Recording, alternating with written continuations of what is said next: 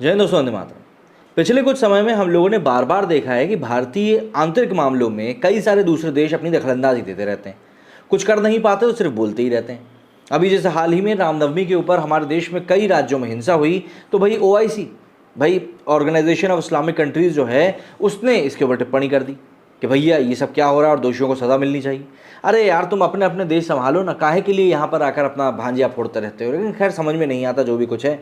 पर ऐसे में अब अमेरिका को भारत ने उसी की भाषा में और इसी तरह से जवाब दिया। दरअसल इस समय ट्रंप के ऊपर अमेरिका में कानूनी मामला चल रहा है, उनको गिरफ्तार किया जाएगा, इस तरह की बातें हो रही हैं, कई तरह की चीज़ें चल रही हैं। इस सब के बीच में भारत ने ट्रंप के ऊपर चल रहे इस मामले को लेकर जो कुछ कहा है, उससे और किसी को मिर्ची लगे ना लगे, लेकिन अमेरिका को मिर्ची ज़रूर लगेगी। जरा जान लेते हैं क्या कुछ हुआ इस पूरे मामले में। लेकिन आगे बढ़ने से पहले, यदि अभी तक आप लोगों ने मेरे टेलीग्राम चैनल को सब्सक्राइब नहीं किया है, तो डिस्क्रिप्शन में दिए हुए लिंक पे जाकर आप उसे सब्सक्राइब ज़रूर करें, जिससे कि आपको मेरे सभी वीडियोज़ के अपडेट सबसे पहले मिल सके। देखिए, दुनिया में इस समय क्या कुछ चल रहा है हर कोई जानता है।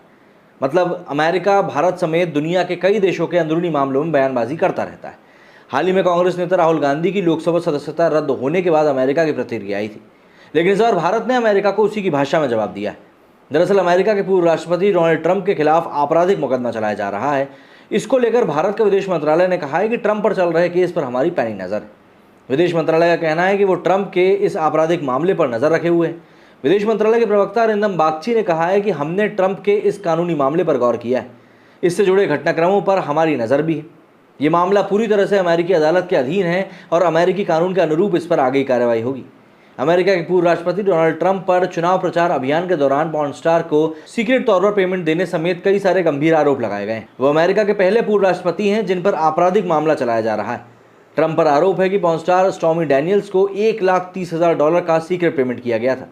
मैनहट्टन कोर्ट में ट्रंप पर आरोप लगाया गया है कि उन्होंने 2016 में राष्ट्रपति चुनाव के दौरान पॉर्न स्टार को पैसे देकर चुप कराने का एक उल्लंघन किया था, जो कि नियमों का उल्लंघन है।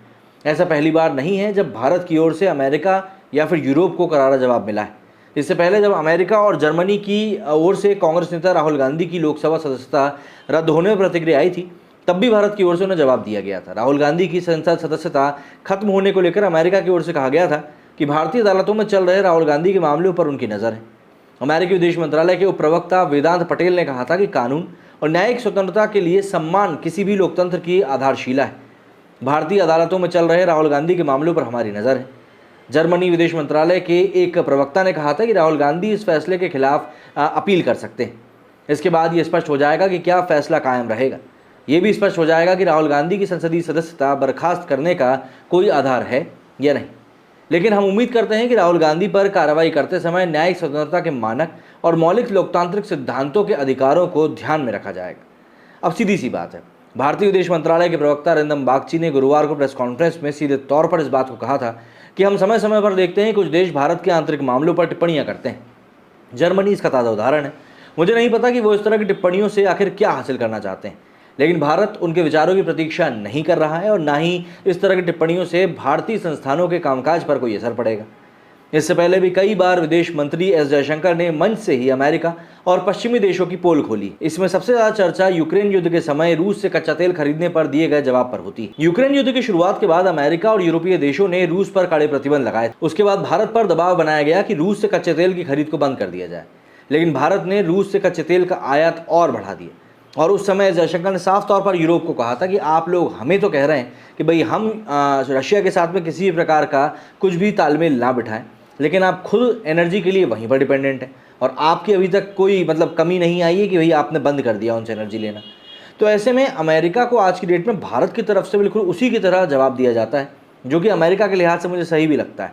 नहीं तो अमेरिका बिल्कुल भी डोमिनेट करने में पीछे नहीं हटता। आज की डेट में आप पाकिस्तान की हालत देख ही सकते हैं कि उन्होंने क्या कुछ कर दिया उसके साथ। हालांकि पाकिस्तान खुद भी अपनी स्थिति के लिए जिम्मेदार है, लेकिन पाकिस्तान के ऊपर ओवर डिपेंडेंसी भी कहीं ना कहीं आज की डेट में उसको इस स्थिति में लाकर खड़ा करने के लिए काफ़ी है। आपका क्या कहना है इस बारे में कमेंट करके ज़रूर बताएं। मेरे स्टूडियो में फिलहाल इतना ही। जय हिंद, जय भारत।